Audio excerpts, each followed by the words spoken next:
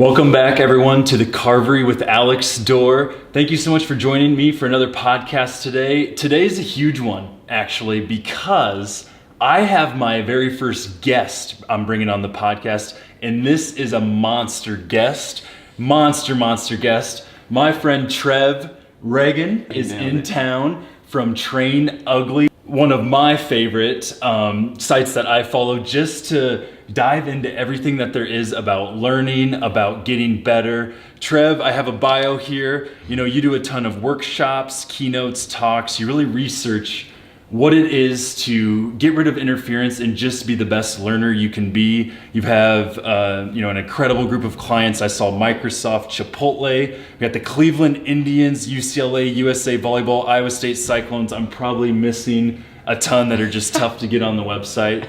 But thank you so much for being here, Trev. Why don't you add anything else you'd like to about your bio, what else you've done? I mean, you nailed it. I'm just curious about learning, and sort of the angle I've fallen into over the last couple of years is like looking at it from like the individual standpoint. It's like regardless of where I'm at or like the company I work for or the team that I'm on, what are battles I can win between my ears that will help me grow and develop, and maybe how could I help some people around me do the same. So that's kind of the angle that we've really zoomed in on, and it's just like unpacking some research about like what are the best ways we can approach a learning situation, how do we get the most out of those situations so we can learn, grow, and get better at whatever it is we're trying to do. So that's what I care about. I love it. And, I want to talk so much more about learning. It's a huge, it's a big thing to tackle, but I think you've really narrowed it down with the research. And that's one of the best things I love about your work is it's research-based, and you really rely on the great teachers out there to give you a foundation. So we'll talk more about that. But how about we start way back, and what got this interest in learning? Why was this the thing that you started to chase after? There's probably a lot of things that we could point to, but the big one, the most obvious one, I wanted to play basketball at Duke for like my whole life, and I was like obsessed with that. And I know like if people could see me, I'm like a 5'9", maybe 5'8" and a half. Scrap. And that was like my goal since like 4th grade. And I got pretty good at basketball. I grew up in Wyoming, so it doesn't take much to be good in Wyoming. Long story short, I actually got accepted to Duke and went out, tried out for the basketball team. And like 100 people tried out for the 2 walk-on spots. And I made the Final Four, which was crazy. Let's go. So I was on the team for like a month and a half for the preseason. Got to practice with the team. Coach K was there, Johnny Dawkins, Wojo, like the whole thing. Okay, the podcast is going to shift, and we're just going to talk about that month and a half. That's all. It was crazy. Like most days that I walked to practice, I was crying because it was like, that was the dream. And at the end of the preseason, they kept 2, and I was the last one cut. No and that was way. Rough. That was a killer. Oh, and so like the story isn't like I handled the situation well and learned from it. It's like, no, I didn't handle it well. Like I was pissed for years. I was a manager on the team and got to practice every once in a while and go to the games. And I don't even think I like appreciated that because I was so like salty about not making it. But then I look back, that happened a long time ago. That I think was the seed that led to all this, which was like, what could I have done better to make it over the hump?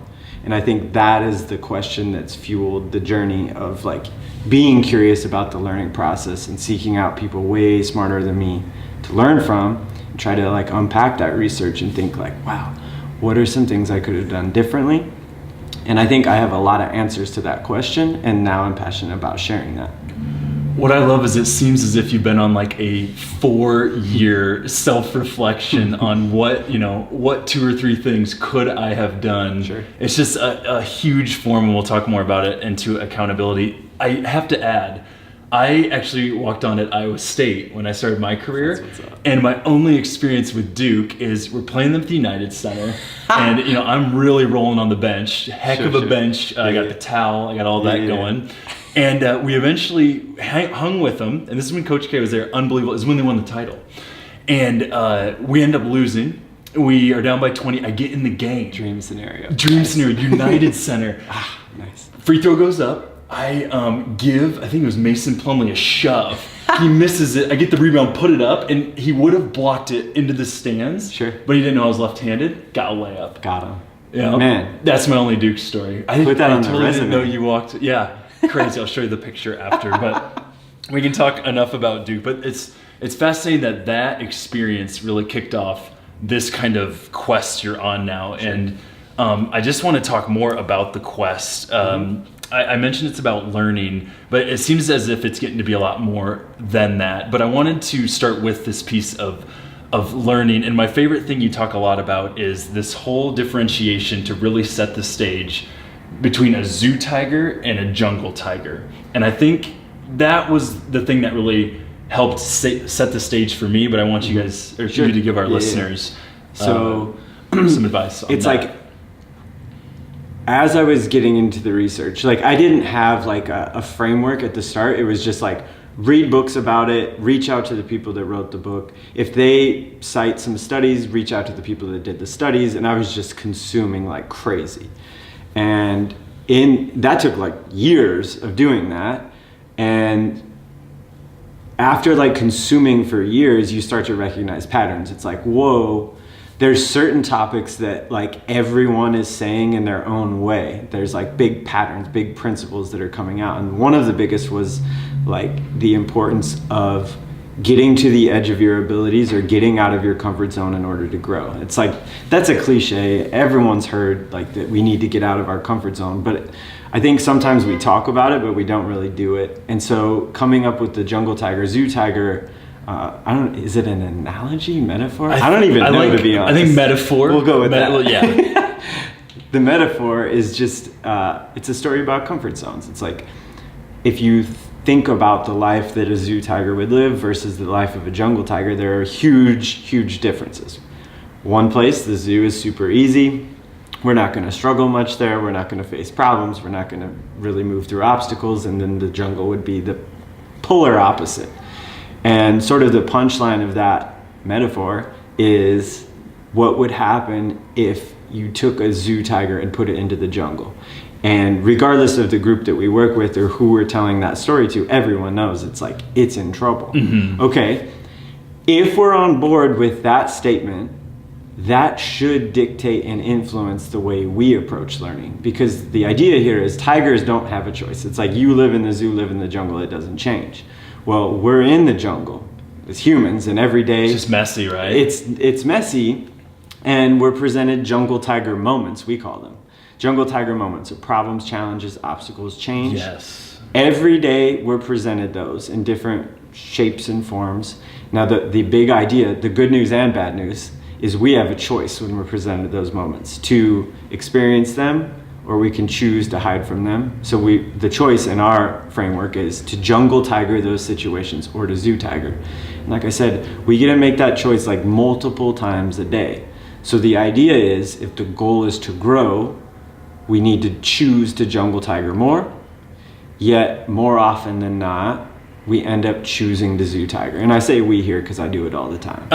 So what I'm catching from that and what I love about it is how you've separated it into a choice. Yeah. And what I think you do a good job of is saying this is like our human condition. Like you have all these choices.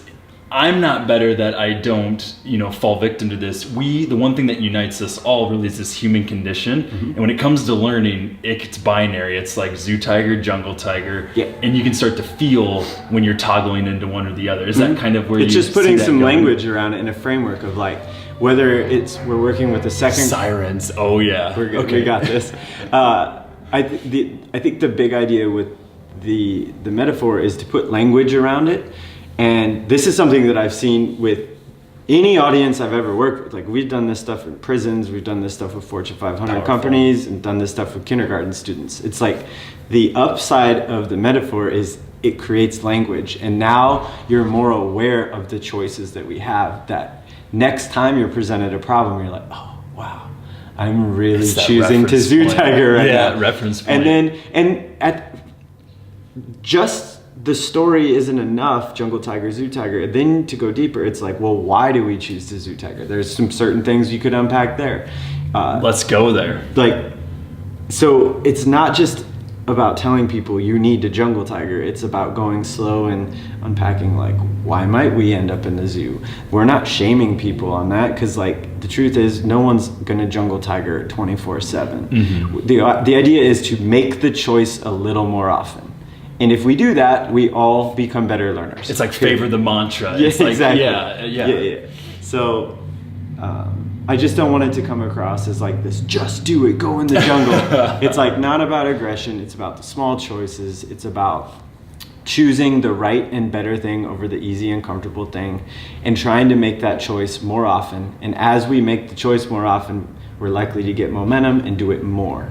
And so that's the goal. And so as we unpack that a bit, I want to continue on with the jungle tiger. What's a simple way in which you would see someone recognizing and then experimenting with this? If they're like, I want to notice when I am making the choice, that is a good one to give it a shot. Like, what's an example you have for us, or what do you recommend as a great starting point? So lots of examples of people like using this stuff.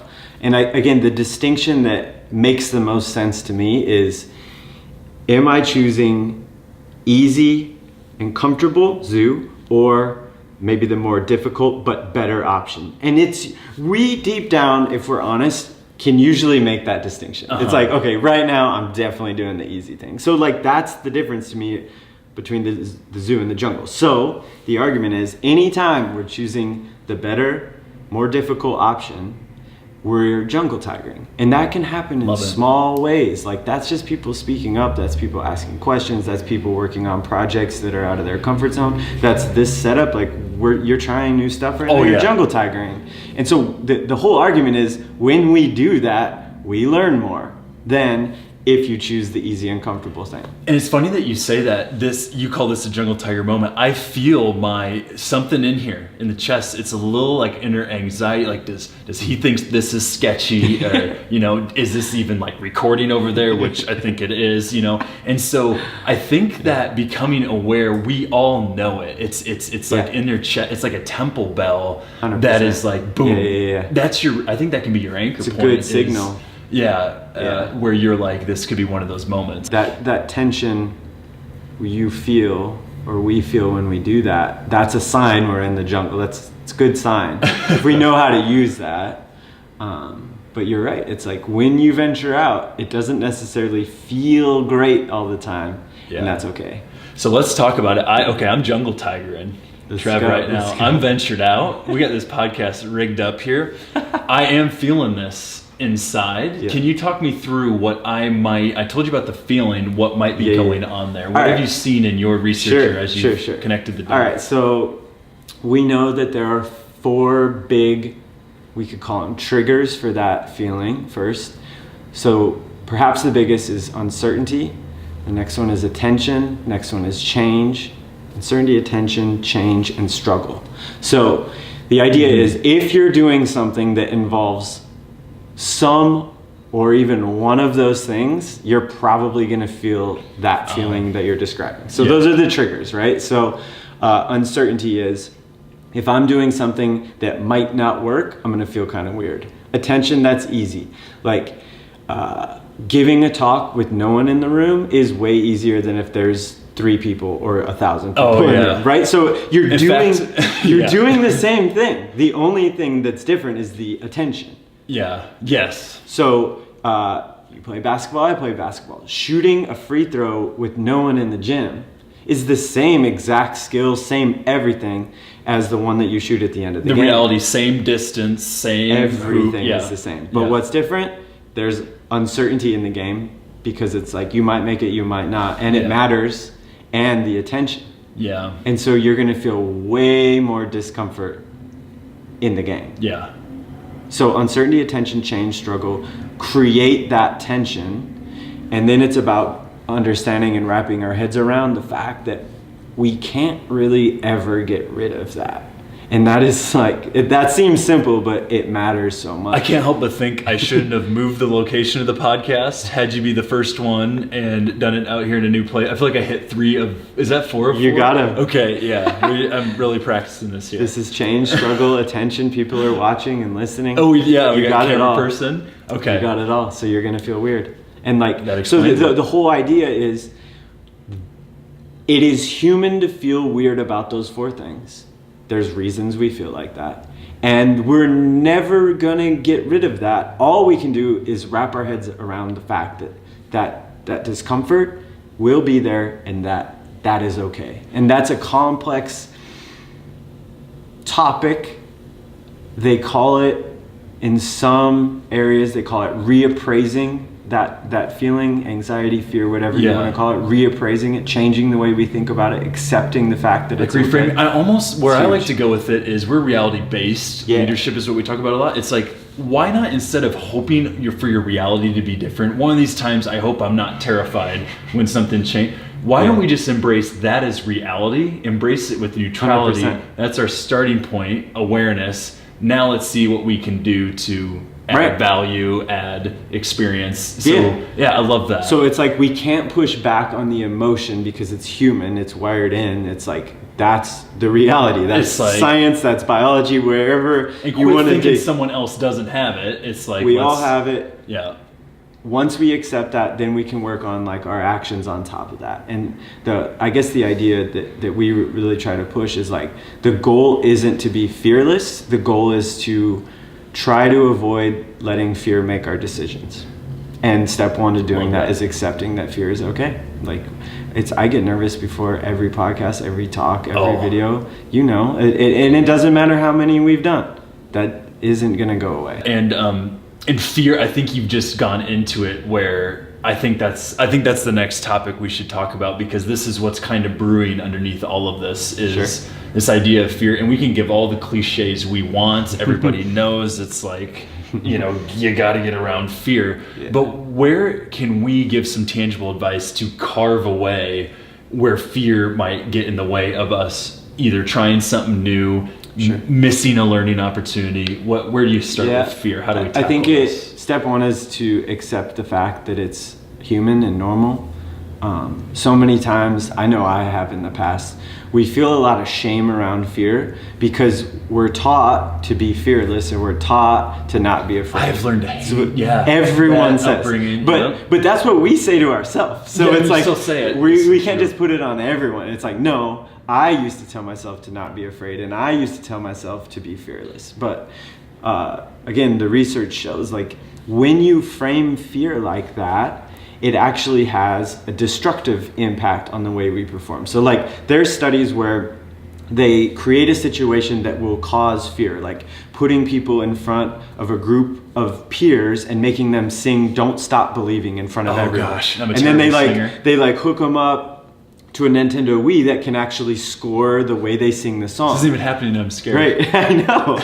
And so they in this study, they had a couple groups of students. One group was taught, calm down, don't be afraid. The other was taught, hey, you're probably going to feel some fear in this scenario. That's normal. So they go up, they sing the song. The group that was taught it's okay to feel fear, their scores were 30% higher than the group that was taught calm down, don't be afraid. So I think if you get into the weeds of this, that is our answer. Think about group 1. They say, calm down, don't be afraid. Then they put you at the front of a room, in front of a bunch of people that you know, and you have to sing a song. Most of us are gonna freak out. So how do they interpret the fear? You tell me don't be afraid, and then you put me into a situation where I'm going to be afraid. I interpret it as something's wrong, as a negative thing. Yeah, so I have some shame, like, uh-oh, I'm feeling this, I'm not supposed to. Compare that to group 2. We said, you're gonna feel fear, that's normal. And then we put them in a situation where they felt the fear. They interpret it as normal, as okay. And so like, this is showing simply accepting the fact that fear is okay can have a big impact on our actions and performance. And that's like one of many studies. And that's showing this small adjustment to the way we talk about fear can have a pretty big impact on our action. That's something to add to my understanding of it, because what's helped me are two things, and you listeners, you know this, is fear. I often think is false events appearing real. I'd love to hear your take on this as well. We look at it as false events appearing real. So my fear isn't caused from my reality. It's from the stories I make up about reality. So you put me in front of a group to sing, which, by the way, I'd be terrified. So this is like me talking like the big shot, but internally I'd be freaking out. So I can't sing, but the reality is I'm in front of some people. I am singing a song. That's the reality. Like, if you think about that, you know, it's not very painful if there's no comparison. The story I make up about that, though, that they're going to think I stink and I don't know the lyrics, and I was told in 3rd grade I was a bad singer and I'm tone deaf, and all of those stories are the only cause of my suffering or my fear. Other than that, I would just do it. I mean, I don't know if they're going to think that. Maybe it'll be really good. So the story is always the cause of our suffering, our fear, always. And Trev, I went to a 9-day retreat that dove into the cause of all suffering, and I'm like so mind blown by that, because every time I'm fearful or stressed, I know it's from the story I'm believing, always. And it goes deep, and it's interesting, and I want to add what you've talked to my own learning of it, because I'm just trying to shape this thing out, because I've found fear just seems to be the interference of almost everything, if you really want to get in the weeds. 100%. So yeah. And so fear, and then the stories, and then there was one more piece I wanted to add. Oh, the science of it, I might say this word wrong, is the amygdala. Sure. That you mentioned is kind of, you know, is that the cause of a lot of this fear? This is the... Yeah, the amygdala, it's like the biology side of it is we all have an amygdala. It's there for survival. It's the source of emotions, especially fear. And it's just like a survival tool that we have. And it's wired to keep us alive.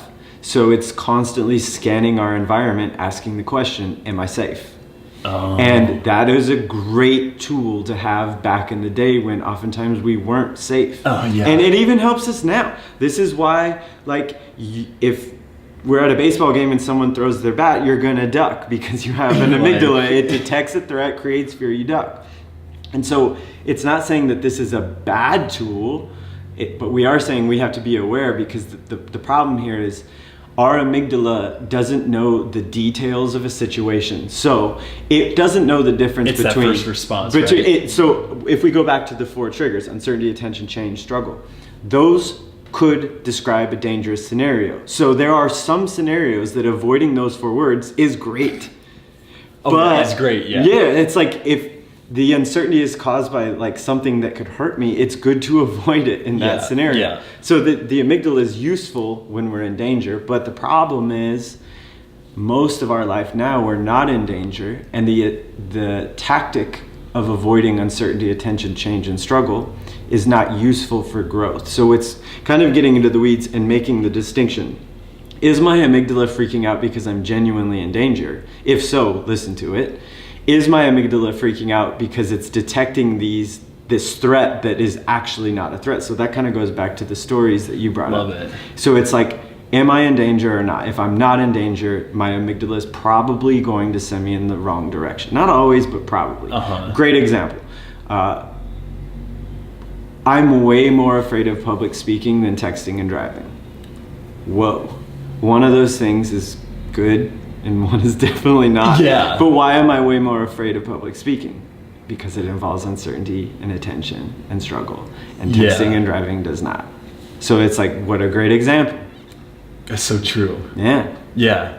That's fascinating. I haven't thought of it that way, but it's like, yeah, just tuning into that is huge. Now in your sessions, as you introduce fear, as you introduce these stories, do you have any tools that you give? I thought I watched one of your sessions where you had the group kind of journaling, or at least trying to nail down, you might have kids say, I don't fear anything, you know what? And then once you have them journal, do you find that you can dig in? We do it you have some authentic it's one of my favorite. So like we have a lot of topics we touch on, but the fear one I think is my favorite, and it seems to help people the most.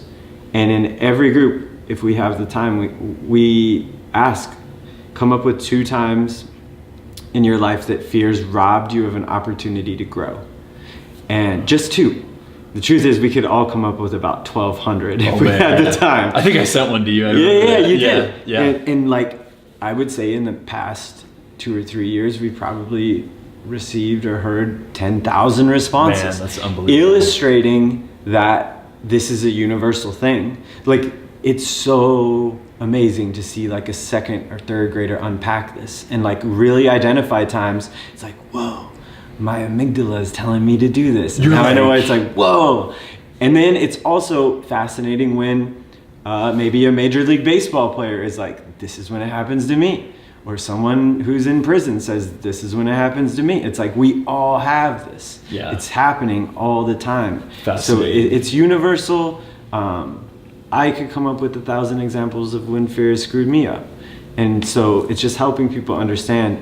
I guess it's like getting rid of the shame around fear. It's like, we all have this. It's happened to all of us, whether we'll admit it or not. I think that human condition where it's like the one thing that unites us all helps to quickly move past that, because that stops everything from starting. So I think that's great. Okay, so switching gears here. I just wanted to back up. I got too excited about fear. I got too into that. Let's back up, Alex. I just want to get back to the basics where, given your expertise on this and all the testing you've done, which I think is amazing, how many reps you've had at this, is what really makes a good, bad, or great learner? Not that you're judging, but if you had to bucket them, where would you put this, or what are some key things you'd point out? Got it. First of all, timestamp the podcast. You're the first person that's ever said, I got really excited about fear. Yeah, it's like, so that was good.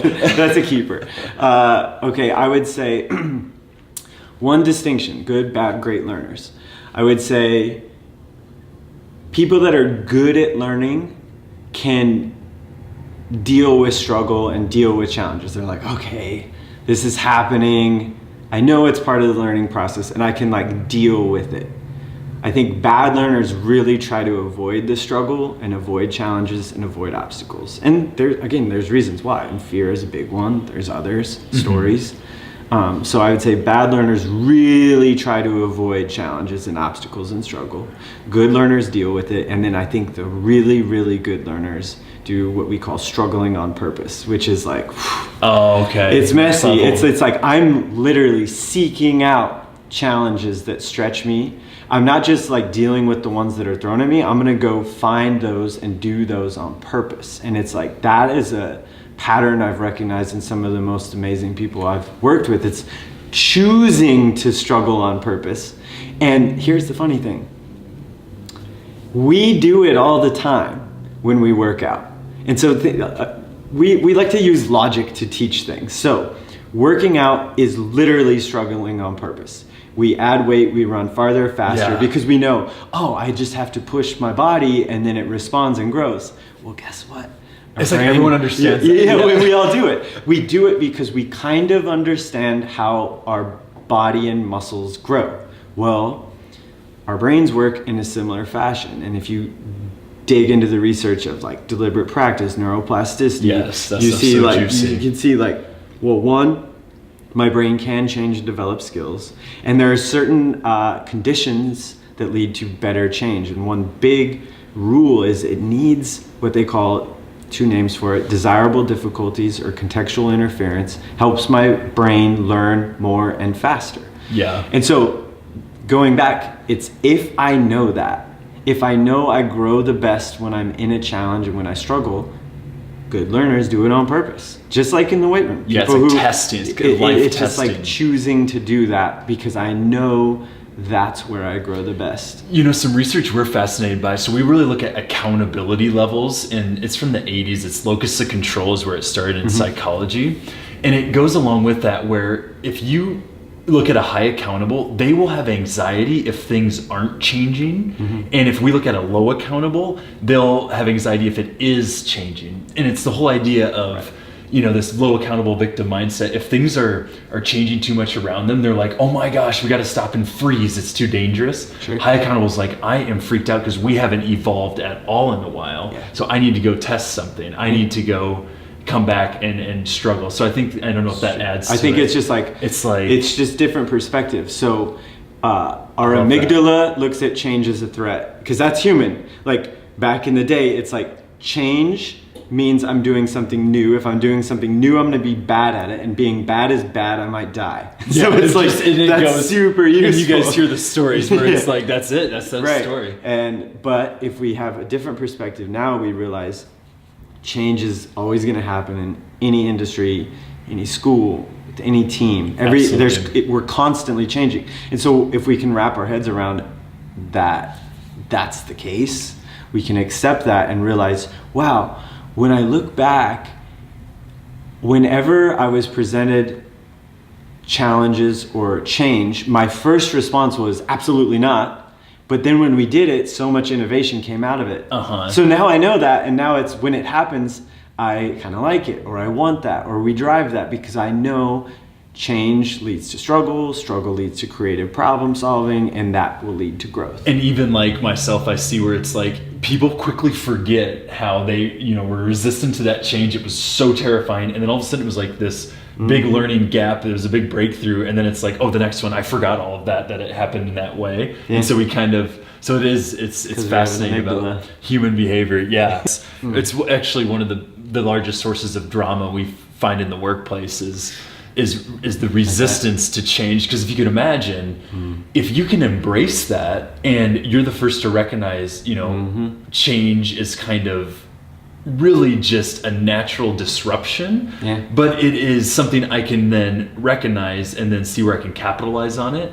It's like the quicker you recognize that that's just what's next, even if we even say take the word out, go a week without saying change. There's too much next, and my boss just put a little bit more next on my plate. It's like, if you look at it more as it's like, here's the next evolution, and I get day by day evolutions, you can really tame that initial response. Kind of goes back to the 3 buckets that we started this section with. It's crazy. Like some people can deal with change, some people avoid it, and then really great learners, we could call them, are kind of like seeking it out, and they like embrace that change because they know it helps them and the company grow. Yeah. And there's like no way around. You can't stop change. What we find a lot with drama is once we get that kind of figured out, everyone's like, oh, I get it. I need to be like a visionary, and I need to, and then all of a sudden they start judging the judgers, the resistors, and we're like, wait a minute, we're all in the company here. We need to make sure we still stop judging and helping our teammates, because the next evolution, we call it, of our kind of righteousness is to judge the judgers. And so it's fascinating. That makes sense. Yeah, that makes sense.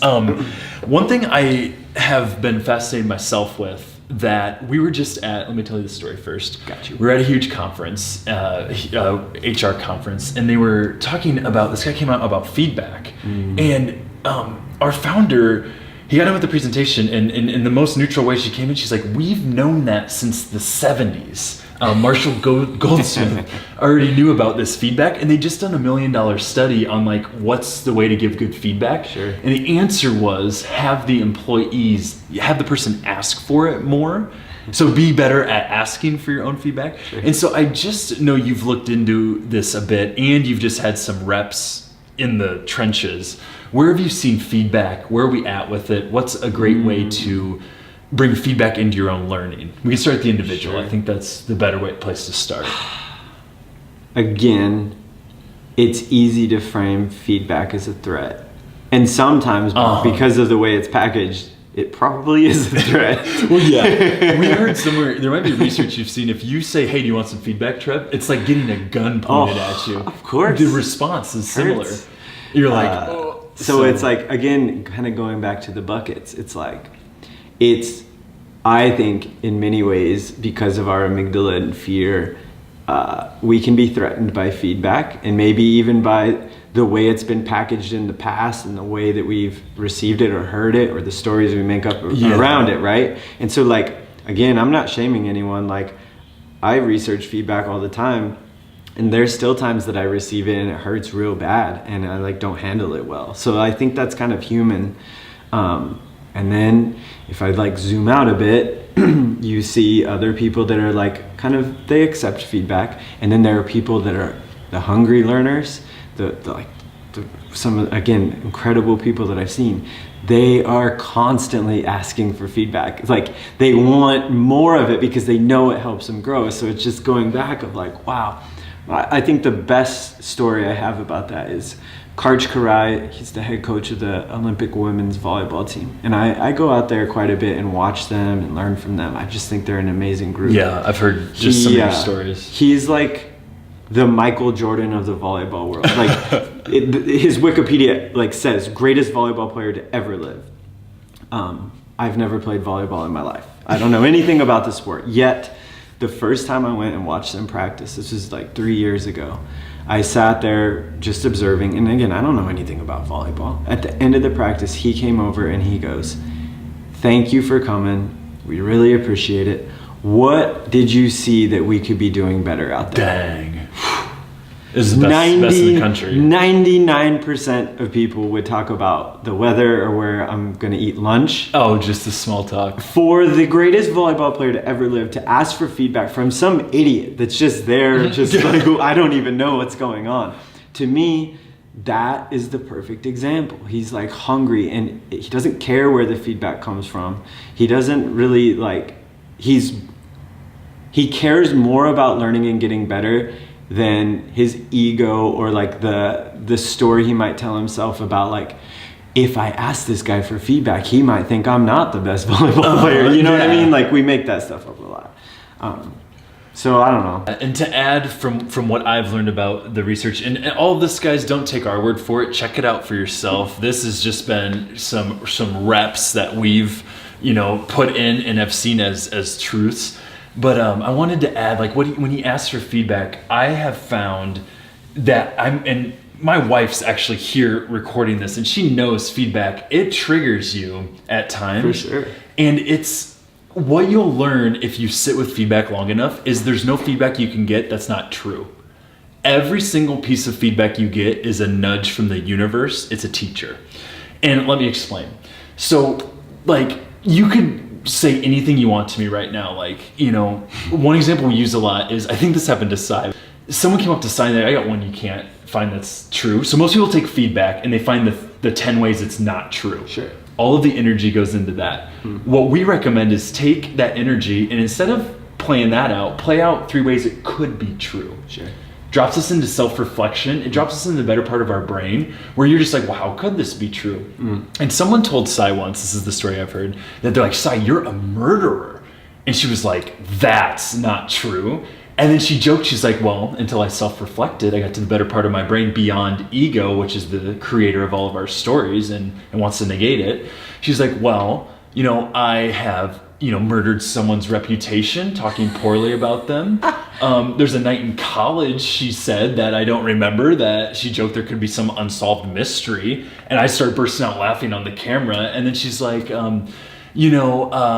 I voted for someone that reinstated, capital punishment. And then so all it was saying is that if you self-reflect, any feedback can be true. And I feel like that coach is there where he's like, I'll ask anyone in the room, what do you got for feedback? And I'll see if it's true or if I can grab one thing from it. Because where does it all come back? To your own learning and development. Yeah, I think there's usually a nugget. Spots. The part that like I wrestle with, I need to get better at it. It's just like trying to make the distinction of, is someone trying to help me or hurt me right now? Because there are some people that are straight up trying, like, if I had to like stop reading the YouTube comments on our videos, and it's like the most brutal is YouTube. I know, because it's like some of the videos that we make are like some of the best things that we can do, and so many people use them and watch them, and like the response has been incredible. And every once in a while, someone just like comes out of left field, like coming for you, like trying to be hurtful, and it's just like, that's, to me, there's really no value in it, because all it does is screw me up. And so I think Brene Brown talked about, like, it's like, if you're in the arena with me, I'm all ears to your feedback. But if you're sitting in the stands and I'm in the arena and you're just throwing stuff, like, I'm not too interested in hearing that. And I kind of like that. So like, if someone's fighting their battles and they're in the arena and they're like getting dirty and like taking their lumps, I'm all ears. Yeah. For everything you have to say. But if you're sitting in the stands and not really doing anything yourself, it's like, I don't know. And you've played that out. Have you jumped into their profile? And I've done this neutrally. And it's usually someone that doesn't even have video up. So it's like, not that you want to get into comparing, right, but you're just like, oh, what could I learn from their video then to make mine more crisp? Sure. And you're like, oh, you don't even have a video up. Oh, in fact, your profile picture's not even up. We can't even go deeper on that. So it's interesting. Yeah. It's tough. And again, even some of the negative comments, the hurtful ones, there is a little nugget in there sometimes. Just like, wow, they didn't really understand this section of the video. I must have not explained it properly. I could have done better. And like that has been a little learning nugget that's come from some of the meaner comments. So again, I don't know if it's just shutting them off. It's just like, it's tough. It's really, really tough. I think to carve away that for the listeners here, the way I've been working on it, and guys, I screw this up, but only daily, is to, whatever feedback you get, you can do two things. Find 3 ways it could be true, and it'll just get you laughing by the end of it, because it just opens your mind, and it really helps to go beyond your ego that wants to negate all of it. Sure. Try and find 3 ways it could be true, and you always can if you sit with it long enough. Another thing is you can write down, take even your positive feedback, and you can flip it and find 3 ways that was a negative, or write down the positive or the negative and flip it to the opposite. So like if you said, one that you're superficial, someone accused me of that once and it triggered me. I was like, dang, I'm not superficial. Then I was like, well, 3 ways that could be true. And I was like, well, I just posted a video. I'm actually kind of ticked off, but I was smiling on my Instagram. And so it was superficial. That happened 2 minutes ago. So how that is true. And it just, and then you can flip it the other way. Oh, where am I authentic? And you really just start to see that anything anyone says is just a nudge to, wow, well, and so that's been fascinating for me. So then if we take everything we just said, you reverse engineer it, that could give some good guidelines and tools to how to give feedback a little better. Because if everyone's going to take it really personally, it's like maybe we could package it in a way that they're not going to. Like you can hold people accountable and talk about real stuff, but you could do it in a way where they're going to be less threatened. Yeah. And I think that's important. What's your best tip for that? We have one that we think works okay, but I want to know if the guidelines that we use, it's like an hour and 20 minute presentation, it's like a workshop. But in the end, it's like we say, acknowledge the outcome, focus on the process, which is like we teach it through the framework of like, we call it like learning like a scientist. Like, hey, like SpaceX, we're trying to land our rockets. We're trying to make reusable rockets that land. Well, that took about 8 years and lots of crashes. And so when we're talking about giving feedback, we acknowledge the outcome, which is the rocket crashed. Why did it crash? What can we fix? What are our best fixes, best guess for the next launch? And so that's kind of how we work to frame it. We don't say, like so many people try to be like fake nice, like the sandwich thing. It's like I was working with a school in Canada and we asked like, okay, let's say I like failed a math test. What would be good feedback? And this woman got up, she goes, well, you start with like, at least you got your name right. Oh no, man. Like it's like, okay. Because like, no, that's not helpful. It's like, I think I see where she's coming from. She's trying to be helpful and nice, but that's not useful feedback. It's not saying like, hey, Elon Musk, that rocket crashed, but at least we put the logo on the side properly. It's like, no, it's like, what? Yeah, absolutely. We can say, look, the rocket crashed, and that's not ideal. But your name in reality, right? Know, and I know that you could have done better on this test. Yeah. What went wrong? What can we fix? How can I help you? Ask good questions. Take it back to like what led to the outcome. Yeah. And I think that's like a really great way to do it. Yeah. So like to like use your terms, it's reality based. It's like what happened? The rocket crashed. You got to start that's there. All we have to accept that. We can't like bury that or ignore that. It's like why, once we accept the fact that it crashed, then we look at why. And then that, our argument is, will lead to more learning and development than maybe other approaches to giving the feedback. Yeah. And adding on to that, I love how you start with like naming the reality. And I think this goes into another topic you talk about, but it's like, in order to, and maybe it doesn't, but I think it's like name the reality. The example I keep thinking of is one of my first presentations. I was on a sales team, and you might have one of these examples, but I would always prepare the sales pitches for someone else. His name was Bob when I was in England working. And this one time he calls me and he goes, I haven't had time to look at it. You prepared the whole thing. Why don't you just present it to the client tomorrow? I'm like, freaking out. And so it's a stretch. It's a challenge. Okay. I immediately triggered like, oh my gosh, out of my comfort zone. And this actually might be a whole different topic, but I wanted to go there as well. Where then it was like 2 a.m. I'm like, thinking I'm not prepared. I call him and I'm like, oh my gosh, Bob, I can't present this. I am freaking out. I'm sweating. I haven't slept. He goes, you know what, Alex, don't worry about it. I'll take it tomorrow. And so then I sat in that presentation just feeling great, no worries in the world. He presented it. I think I lost all learning there that I think you might have something to add to. Happened about 2 weeks later, or maybe it was a month later, I don't even remember. Prepared another one. Bob was busy. He goes, Alex, you got to present this tomorrow. I'm like, but I was like, sure, I can do it. 3:30 in the morning, haven't slept, don't think I'm ready, nervous for the client. I call him like, Bob, you got to do it. And this time he said, you know what, Alex, take 15 more minutes. You got to present this thing. And that next day, I had the first experience of presenting something that I was not prepared enough for. And I'll tell you what, the number one teacher there was that reality of experiencing how it felt to present something not ready. And that feedback from those people, the faces they had, from the marketplace, from just that the reality, that feedback from reality was the best teacher I've ever experienced. So maybe you have something like that, but I feel like you can also get feedback not from a person, but from other sources that are pretty powerful. Yeah, I mean, every time, this, whenever I talk, I'm just watching faces. You look for like when people check out, you look for when their eyes get bigger and they're leaning in, you look for like the response, and like no words are being like spoken, but that's a great source of feedback. So I think it can come from everywhere, and it's just like being open and understanding, like working to not take it personally.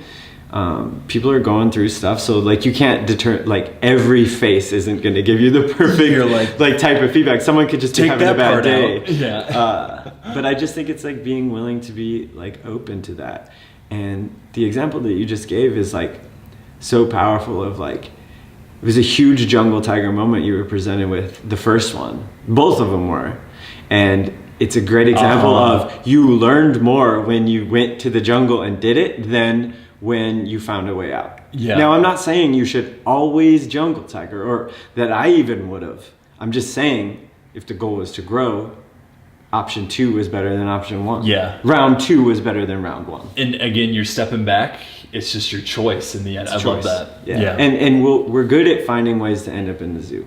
We're really good at it. I'm really good at that. Because we can always justify it. We could be like, well, this is about the company, and if I like mess up this pitch, it's going to hurt the company, and the company matters. So it's like, we're really zoo good justification at like that's a good word, zoo justification. It's like we're good at that. I'm really good at that. It's so true. It's so true. So with this fear, I want to share a story with you that happened to me. It happened with speaking, and I want you to kind of help walk through it, the last piece with fear here. And what it was is, through our company, the clients I first started getting were in healthcare a lot. And at the time, it actually was a couple times, it was like with majority like doctors in the room or leaders of doctors, but sometimes there were doctors in the room. And so I was trying to figure out why I was so fearful those nights before, sometimes not even sleeping. And something I wanted to add to fear, and maybe you can comment on this, is I would edit my stories. Like I told you, like what's the reality? They're human beings. I'm just presenting our research. I'm an expert in reality based. They're an expert in being doctors. So it's to help them. So I'd get my story all edited, and then boom, fear would come back. And what I realized is, once you get back to reality where it's neutral, like what's the facts of the situation, it's the starting point, but then I had to go further. And what I realized is that little nudge still was an indicator of where I needed to grow next. Oh, yeah. It was always a push for, if that's still bothering me past the moment, Sure. I need to investigate that. And what I found out is I needed to learn more about their terminology, about their day-to-day. I started to ask around about like, what are the key challenges? And then what I found is lately I've had more clients that were doctors in the room, and I just felt so much more free to move about the world. Yeah. So it was like taking that next step. Maybe you talk about what to move once you get beyond fear or recognize fear. What's the top tips to move forward? For me, it was to really edit that story and then figure out 3 things I could do to get more knowledgeable, or, That's good. Yeah. Yeah. Anything you'd add to that? I think it's like a good compass. It's like, if I dig into it, it's like, wow, I feel really defensive or scared of this. Well, why? And usually it's going to come back to, it's like, oh, I haven't had that much experience, and like very little reps. How could I get more experience with this type of audience? Or what are questions that I could ask to get better at that, more familiar with them, can connect better with them? So I like that strategy. Kind of not just using like a blanket term of like, I'm afraid. It's like, well, what am I afraid of, and what's the cause of that? I think that's powerful. That'd be a great approach. So we've talked at the individual level about many of these things, and one thing we really focused on is a lot of young leaders listen to this podcast, and what are ways in which we can help our teams jungle tiger more? And where I'm going with this question is, there's got to be a place where it's safe that doesn't, lose our best client or hurt the business, but like, where are some ways we can carve away all of that stress about, should I let them go into this jungle tiger moment? Is it not the right time? Where am I enabling them to step down? What can you comment on about that? There's a lot there. One is, look, jungle tigering isn't being reckless. We can do it in small ways. Like the best experiments and the best growth happens from the small experiments. It doesn't have to be grand leaps where it's like you throw people into the jungle and they're so far out of their comfort zone that they just flop. It's like, no, we prepare and we take it seriously, and we can run small experiments. We could have like a lunch where you can give a practice presentation. Love that. You're jungle tigering. I didn't just throw you in with the client, but I did board meeting. Yeah, present, right. Yeah. But I did create a scenario where you're going to feel uncomfortable and you have to do it in front of a group of people. So it's like you can jungle tiger in small ways, and in fact, that's the best way to learn anyways. But I think the real answer is the best way to help your people jungle tiger more, obviously, is to create a safe environment. It's so important. But then arguably just as important is walking the walk yourself. That modeling is one of the best ways a leader can create an environment where their people are more likely to do those things. Good example, we go back to Karch. Spends a lot of time in one-on-one meetings with his players. And at the end of every single meeting, he asks, how can I be better for you? Now, I think that's a powerful question to ask. And that does take, that's like being vulnerable, like opening yourself up. How can I be better for you? But go one step deeper. He's walking the walk. So think about this. If you're on my team and every time I meet with you, I ask, how can I be better? How can I be better? Asking for feedback. Yeah. You're more likely to ask for feedback now. He's hoping like the mental process will transfer on. He's just created an environment where, wow, the leader of the team is always asking for feedback. I'm more likely to do that. I feel safe to do that. And so like, I think one element of great leadership is picking and choosing the behaviors we want to see in our people, and then walking that walk and putting it on display and doing that a lot. If we do that, we create a safer place for our people to do the same. There's an old cliche, I'm probably gonna mess it up, but it's like, if it's so easy, you go first. Like usually what we're upset about that's not happening, you're just like, if you're judging a coworker that's not doing what you want, or our workplace culture is so toxic, it's like, look at that which you're judging, turn those instructions around and use those as your simple instructions. 100%. And so I love that. Like you can't tell me if we had a small team of 12 and the leader on the team was constantly putting herself into situations that were new and asking for feedback and purpose, like struggling on purpose and like really trying to learn new stuff all the time. You can't tell me that the people on the team wouldn't be more likely to do the same. Exactly. And it would really self-select where the majority would probably go there. And then if it's not a fit for you, well then, you know, what kind of, you want the zoo tiger situation, or the jungle tiger. It's like modeling, I think, is a great way to build safety. When our people feel safe, we're more likely to step into the jungle. Absolutely.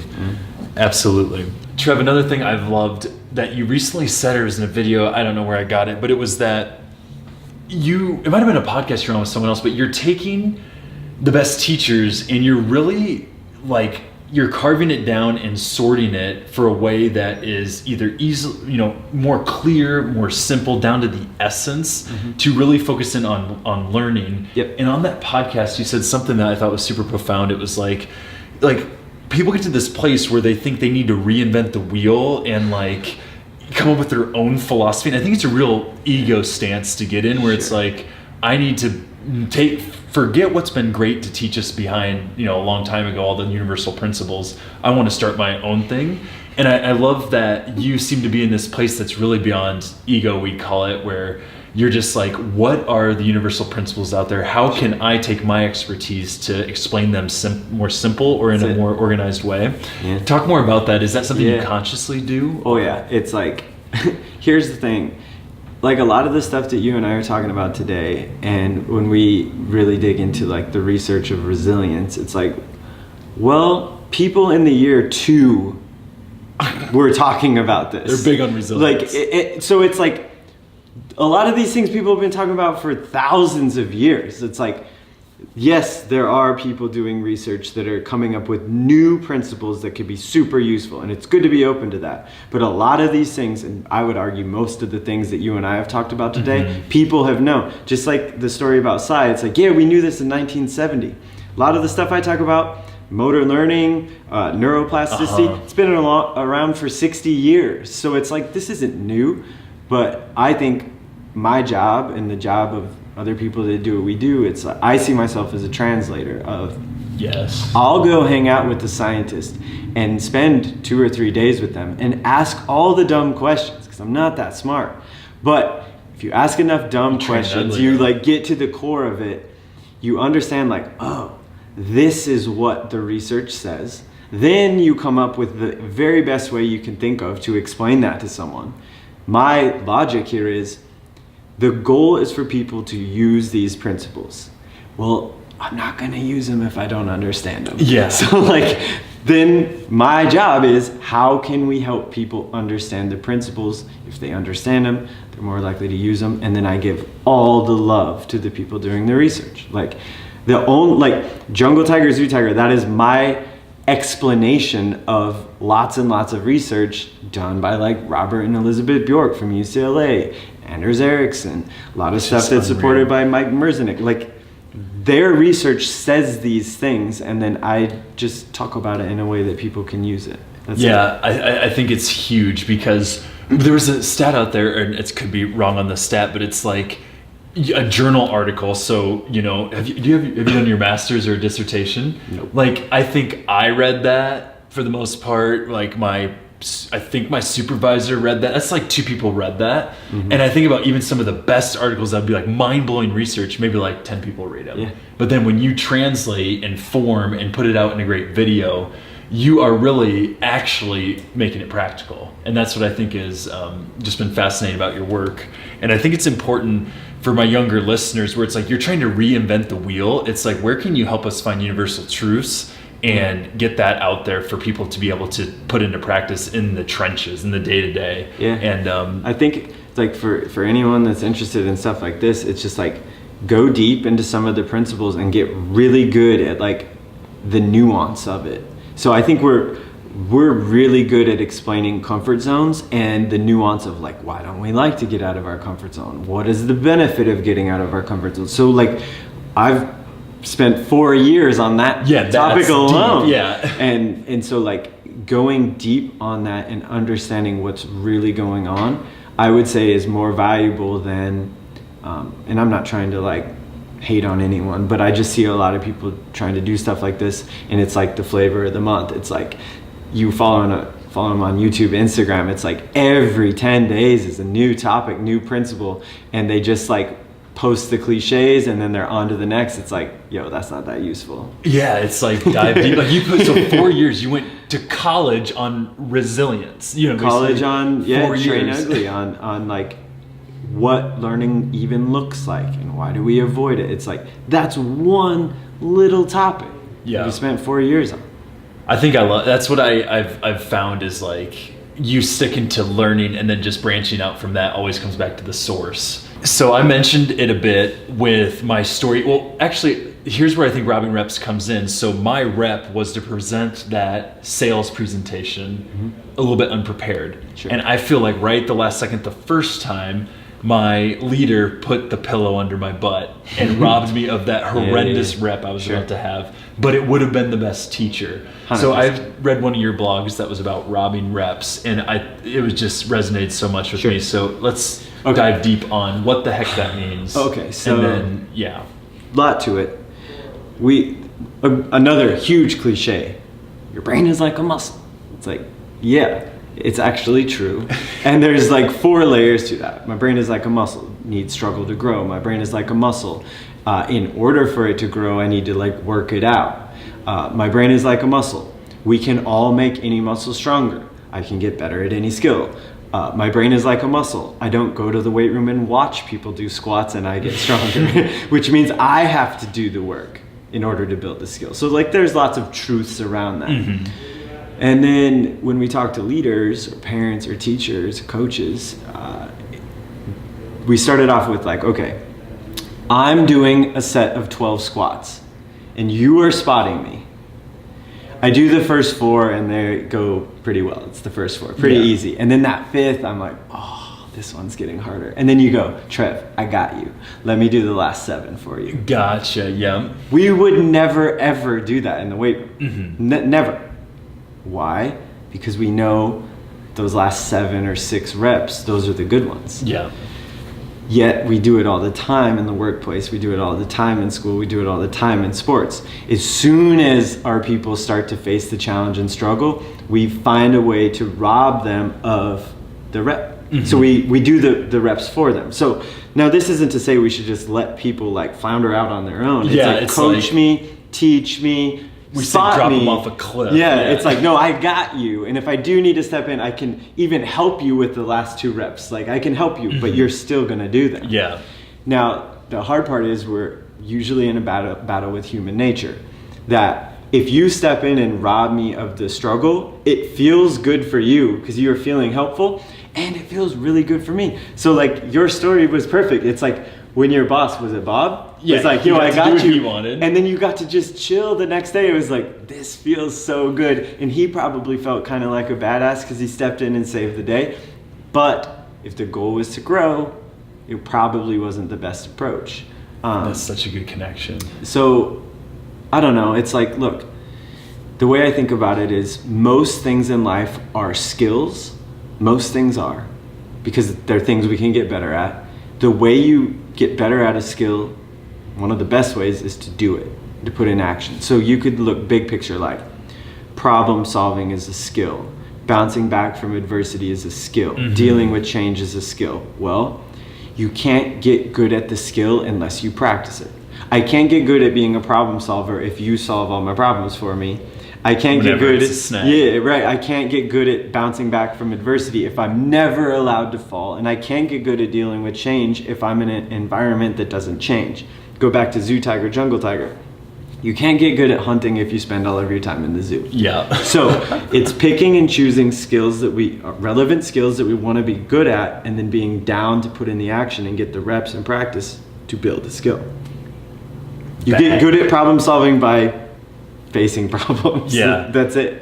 That robbing reps is probably one of the biggest challenges I see in our work with leaders, because it's almost this thing where like what got you there won't get you the next phase of leadership. So you're a really good doer. Yeah. You get up there, you get promoted, and then you still want to be a doer and like do it for the person, but you turn into more of a facilitator at that point. Yeah. And so to work with that is just letting someone sit a little bit in that. In that and again, like sit with them and coach them through it and be there and supportive. Yeah. That's not the argument. Isn't to avoid that. It's like, no, let them get the experience, but be there and coach them and lead them. Yeah. But also let them like get through this, because that will lead to more growth than if you just step in every time. Absolutely. So wrapping up, we've dove into learning, fear, all these things. Last couple questions here are, what are you jungle tigering at the moment? What has you excited, Trev? What are you looking into? What have you seen your attention going to? The last couple months, I think the videos that we've made are getting a lot of run, but I'm trying to make sure it's not just because they look cool. It's like, so when we animate them, they look cool because we know these tricks they can animate, right? And but I want people to like the videos because the content is good, not just because they look cool. And so with this new video I'm making, I've really tried to dig into like the research of how you tell a story, the research of like how you make a concept stick, and really trying to like make this video. Of course we want it to look cool and be like punchy, that's our style, but I also want it to be like structured and framed in a way that will stick more effectively with the audience. And so it's like, here's something that I really believe, and it's important to know. Most of the problems we have or the things we care about, there's someone out there that spent decades researching it. Absolutely. Go find that. And so just like this, it's like, I could sit in my office alone and be like, how could I make the best video? It's like, whoa, people write books about this. People write books about how to like share a story. Go read the books and then go try to use it. By the way, a book, most people forget, is their most polished version and the easiest way for you to digest. Yeah, it's there. So it's like, and I do this, I'm so bad at this all the time. Like, I went through a breakup, I was really sad, and I remember thinking, no one's ever been this sad before in the history of humans. Then I was like, oh, actually people research this. That's how I first got turned on to like Brene Brown stuff. Like I read Rising Strong. She researches how people like do. 10 years. Yeah. Right, and so like, again, we always get like in our own head and feel like no one's ever had this problem. And so it's like being open and aware that someone out there, they've uncovered some powerful principles that could help. To add to that, I'm so glad you brought that up. I said 2 questions, but we got to talk about this. You're fine. When we talk about accountability, there is these 4 factors. The first one's commitment, which is like a choice. Like I'm willing to do whatever it takes to get the results I want, and that's legally, ethically, not hurting anyone. Then once you're all in, which is your personal choice, there's a lot of stuff out there that leaders need to buy people in, but in the end, it's like, are you all in to learn something, let's say. Then comes resilience, which is our second factor. Mm-hmm. And most people confuse this with persistence. Mm-hmm. And I felt that in where you were at in your mindset, which is like, I got to muscle through this breakup, and if it's to be, it's up to me. And I'm going to focus on myself, and I'm going to figure it out here. And that's really hard and taxing. We really want to learn and really get beyond the obstacle. We say to look up and out and get resilient. And it's asking for help early and often, mm-hmm. and reaching out to a positive group of your network and you ask for their like one best tip to overcome this obstacle. And that positive network can be books, that can be another thing. Sure. But you just look up and out and you're like, I'm stuck, I can't solve this myself, who could? Mm-hmm. I'm gonna reach out to all of the great information out there, all the experts, all of my friends who've been through this, and what you're doing is 2 things. You're getting, instead of the 3 ideas I can think of when I'm being persistent and on Google, I'm reaching out to like these networks I'm a part of, friends, lawyer, all this stuff, and the books, and I get 50 ideas. Yep. And then what you do to learn is don't judge any of those ideas. Guys, start working each one of those ideas, and eventually, I promise you, if you do 50 things and you've crowdsourced, there are so many things in that world that you haven't even thought about that you'll get. And what I've learned from doing this over and over and working with companies on this is everyone is willing to help when you ask for their one best tip to overcome the obstacle. True. If you ask for someone to solve it for you, Yeah. nobody's got time for it. Sure. And so I loved that you said that, where it's like, I was like stuck. What could I do? I could look up and out. There's thousands of books on it. By the way, you can sort by the ones with the doctorate that has the most. Yeah. And so once you do all of that, then the third factor comes, we call it ownership, which is like, can I see my part in this now? Yeah. And it's a lot easier once you've crowdsourced. I agree. So yeah, I it's just like, wanted it's to add out that there. for everyone. It's out there. One of the last things I wanted to ask was 3 years of speaking. Has it been longer than that? I'd on this say 3.5 maybe? 3.5? I don't know. Somewhere. And it's been head down, and I've seen you've been all over the country and the world.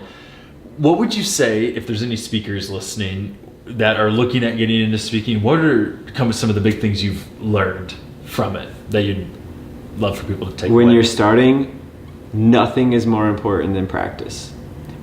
I tell people, it's a start, chase reps over money all day. And the best reps are like game-like. So you can give the talk in front of a mirror all day. It is a billion times better to do it in front of a group of people, ideally that doesn't know you.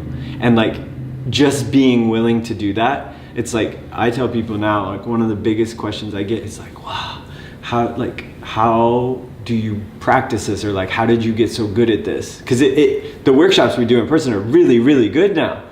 But I look at the OG videos of like how this started 4 years ago or 5 years ago, when the only talks I was doing were with like middle school basketball players. They're trash, but that was just a lot of practice. One tool that I use, and I believe in this all day, and I still do it. If you have a topic that you want to talk about and present or make a video on or a podcast on, whatever, write a script, get some feedback on the script.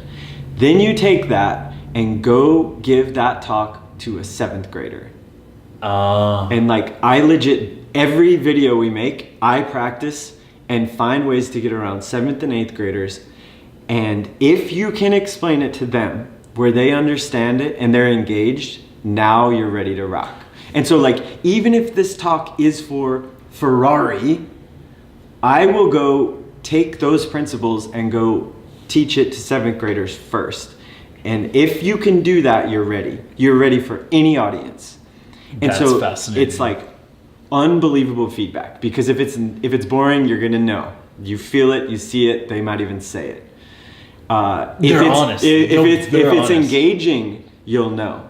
And I think where we need to get, regardless of the audience, is you have to explain it in a way that's consumable for people. And I can't remember who said it. I think it might have been Malcolm Gladwell. It's like, I want to explain dense science at an 8th grade level. And that's exactly what we're trying to do. Well, we'll go practice with the middle schoolers. And that's not hard to do. It could be someone related to you. Like, hey, I did this with the last video. It was like, I called up like a family friend and I was like, I need to like Skype with 3 of you. I'm gonna explain neuroplasticity. And that's the script of our next video coming out. And it's based off of that. And so like, the #1 tip, and like, it's like, find a way to go practice and teach younger people. And if you get good at that, you're gonna be ready for any group, period. And it's almost as if you're carving away. Like, I always think, we talk about it a lot, like, how could you like say one thing like in a brush stroke? Like, if you were gonna paint like this plant here, could you do it in one stroke? Like, it's to the essence, it's the simplest term. And I just love that as a strategy. And to be clear, it's not fun. like especially the first couple rounds, it's weird and awkward, but you grow so much more. You're gonna learn so much more, and you'll be ready.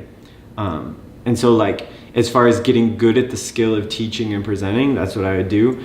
And then I would also encourage people to be patient, because it just takes some time to build it. And the best marketing is word of mouth. Absolutely. The best way to like get engagements is like through building a tribe, and you build a tribe by sharing free content. Like, you know, this stuff, it's like a lot of Seth Godin, a lot of Gary Vee, just like making good stuff, sharing good stuff, and then that's where the opportunities come. Yeah. I truly believe that. No, that's huge. That's, I mean, unreal advice. Trev, I think that's all I have for you. I wanted to just open up to you if there's anything else you think that these people that are hungry to just be better leaders, know how to add value in the workplace, they're trying to simplify things to get to their natural state, to be a better learner, anything you want to leave them with, and make sure you tell them where to find you. I think that's a big thing because that's where I found you. Sure. And so you can find me, all my stuff is at trainugly.com. It's all free. Like I said, we got a lot of videos cooking. The new ones that are coming out, I can't wait. I saw the 80 hours on it. I mean, this thing it's gonna be sweet. And Yeah. we scored some like killer interviews, like unreal. Dang, I couldn't be more excited about the next video, and there's Congrats, a lot more man. coming.